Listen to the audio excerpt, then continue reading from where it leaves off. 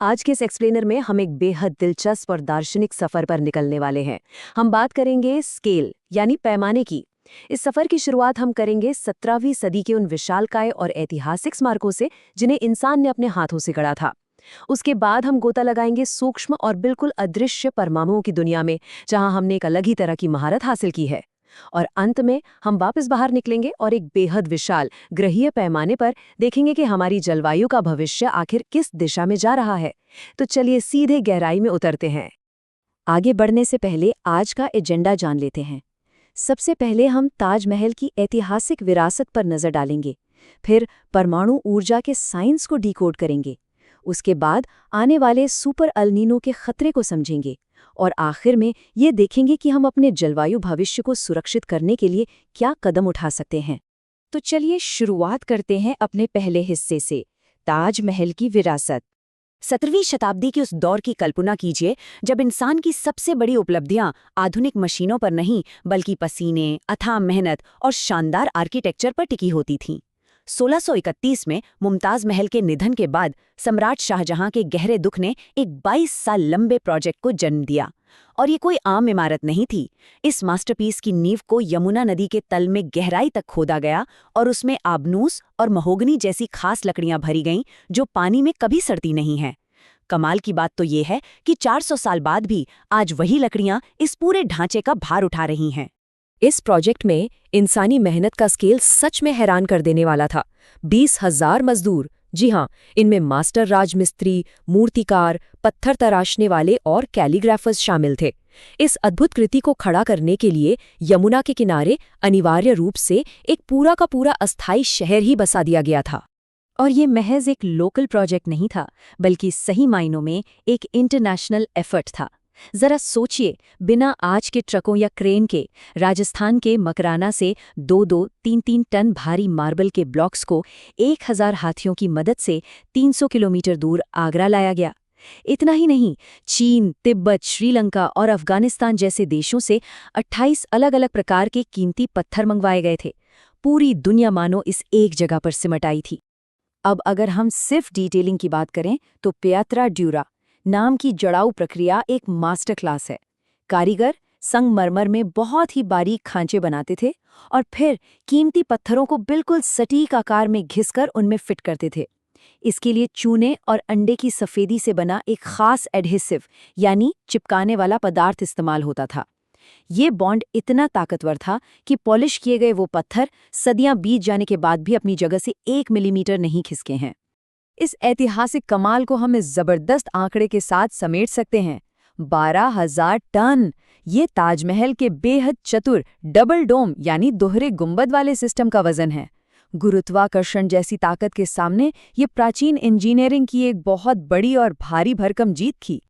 अब इस विशाल पैमाने से निकलकर चलते हैं दूसरे हिस्से की तरफ, परमाणु ऊर्जा यानी एटॉमिक एनर्जी को समझना।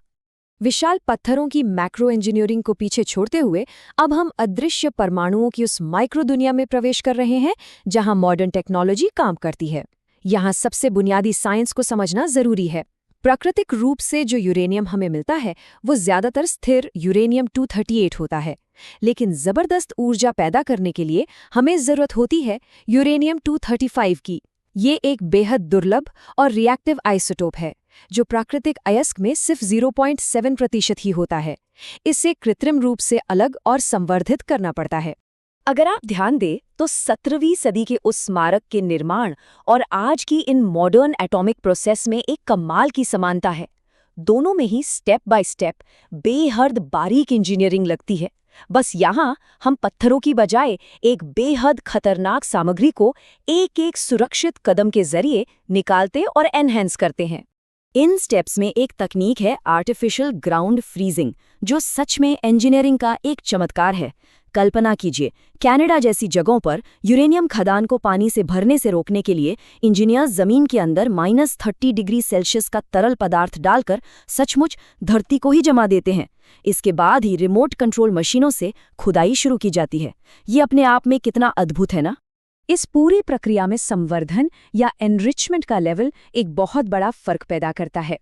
जिस हाई स्पीड सेंट्रीफ्यूज तकनीक का इस्तेमाल करके हम यूरेनियम को 3 से 5% तक संवर्धित करते हैं, जो हमारे घरों में बिजली पहुंचाता है, बिल्कुल उसी तकनीक से इसे 90% से ज्यादा तक संवर्धित किया जा सकता है। और यही वो लेवल है जिसने मैनहट्टन प्रोजेक्ट जैसी विनाशकारी शक्ति को जन्म दिया था। इस माइक्रो इंजीनियरिंग का अंतिम परिणाम सचमुच हैरान कर देने वाला है। एक छोटा सा यूरेनियम पैलेट जो साइज में सिर्फ एक मूंगफली के दाने जितना होता है, उसका एनर्जी डेंसिटी भारी भरकम जीवाश्म ईंधनों को कहीं पीछे छोड़ देता है। सिर्फ ये एक छोटा सा टुकड़ा 1800 पाउंड कोयले या 15 गैलन तेल के बराबर ऊर्जा दे सकता है, और वो भी बिना किसी रोजाना के कार्बन उत्सर्जन के। ये ऊर्जा का एक ऐसा रूप है जिसने पूरी दुनिया की तस्वीर बदल दी है।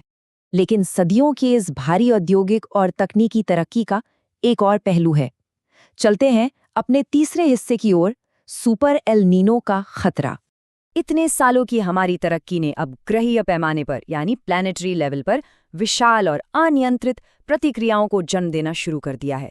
इसे समझने के लिए हमें अल नीनो के मैकेनिज्म को जानना होगा। प्रशांत महासागर में एक प्राकृतिक चक्र होता है। जब वहां चलने वाली व्यापारिक हवाएं या ट्रेड विंड्स कमजोर पड़ जाती हैं, तो समुद्र की गहराई का ठंडा पानी ऊपर नहीं आ पाता।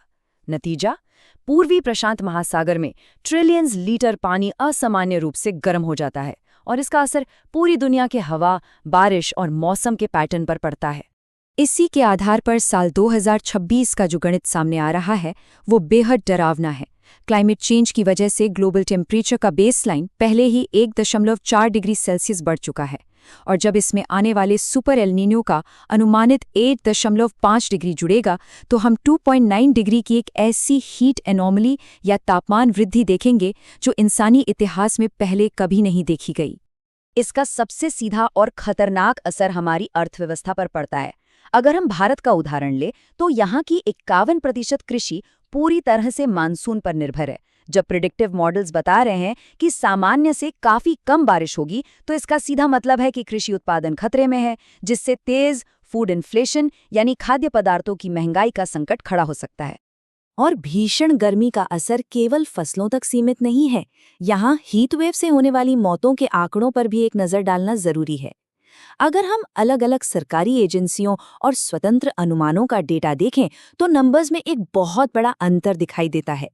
ऐसा इसलिए है क्योंकि अक्सर मेडिकल सर्टिफिकेट्स पर मौत का कारण कार्डियक अरेस्ट या डिहाइड्रेशन लिखा जाता है, और इसके पीछे जो असल पर्यावरणीय कारण है, यानी भयंकर लू या हीट वेव, उसे आधिकारिक रूप से दर्ज नहीं किया जाता। इस स्थिति को पूरी तरह समझने के लिए हमें सरकारी नीतियों के संदर्भ को भी तटस्थ भाव से देखना होगा। भारत की 12 आधिकारिक प्राकृतिक आपदाओं की सूची में फिलहाल हीट वेव को शामिल नहीं किया गया है। नियम ये कहते हैं कि अगर किसी घटना को नोटिफाइड प्राकृतिक आपदा मान लिया जाए, तो राष्ट्रीय आपदा प्रतिक्रिया कोष के तहत हर पुष्ट मौत के लिए 4 लाख रुपए का अनिवार्य मुआवजा देना होता है। अब जब चुनौतियां इतनी बड़ी हैं, तो आइए अपने चौथे और आखिरी हिस्से में देखते हैं कि हम समाधान क्या निकाल सकते हैं। जलवायु भविष्य का बचाव। इन डराने वाले आंकड़ों के बीच हमें कुछ लोकल लेवल की समस्याओं और उनके समाधान पर बात करनी होगी। एक बहुत बड़ा कारण है अर्बन हीट आइलैंड इफेक्ट। सिर्फ 2024 में ही विकास के लिए 18,200 हेक्टेयर प्राथमिक वनों को साफ कर दिया गया। शहर का कंक्रीट दिन भर गर्मी सोखता है और रात को उसे बाहर निकालता है, जिससे मौसम ठंडा नहीं हो पाता। एक और बड़ा विरोधाभास हमारे एयर कंडीशनर हैं, जो अंदर तो ठंडक देते हैं, लेकिन सड़कों पर भारी मात्रा में गर्म हवा फेंकते हैं। और इसका सबसे बड़ा खामियाजा उन 38 करोड़ अनौपचारिक श्रमिकों को भुगतना पड़ता है, जो इस चिलचिलाती धूप में बाहर काम करते हैं। लेकिन उम्मीद अभी बाकी है, और इसका समाधान बहुत ही सीधा और वैज्ञानिक डेटा पर आधारित है। 12 डिग्री सेल्सियस, ये कोई मामूली आंकड़ा नहीं है। रिसर्च से ये साबित हुआ है कि सड़कों के किनारे परिपक्व और घने पेड़ों की छतरी पैदल चलने वालों के स्तर पर तापमान को पूरे 12 डिग्री सेल्सियस तक कम कर सकती है।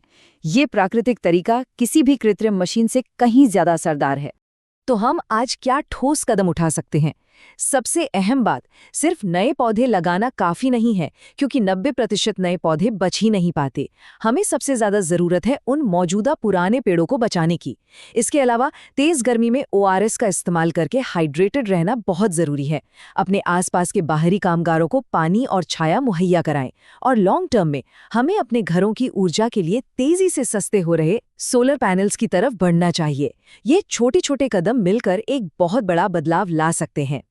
इस पूरे एक्सप्लेनर को खत्म करते हुए आइए एक गहरे सवाल पर रुकते हैं।